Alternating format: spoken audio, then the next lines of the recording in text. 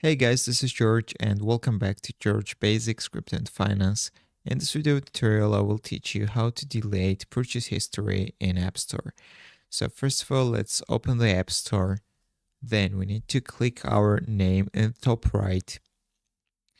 And let's go to the purchase history. So it's empty because this is my new account, but I'll show you two different methods what you can do.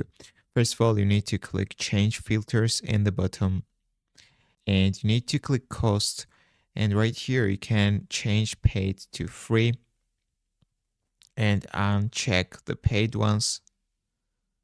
So if you remove the paid filter, it's gonna look like you haven't purchased anything, guys. So when you click apply and go back, it will show you only the free items, and as you can see, the costs are zero. So this is one way how you can delete, hide your purchase history. And also you can do another thing, guys. When you click your name in the top right, you can go to the apps. So if you want to hide the specific app from the purchase history, you can just slide the app and then click the hide button right here. So that's how you can delete your purchase history in App Store. That's all I wanted to show you. If this video was helpful for you, don't forget to click the like button and don't forget to subscribe.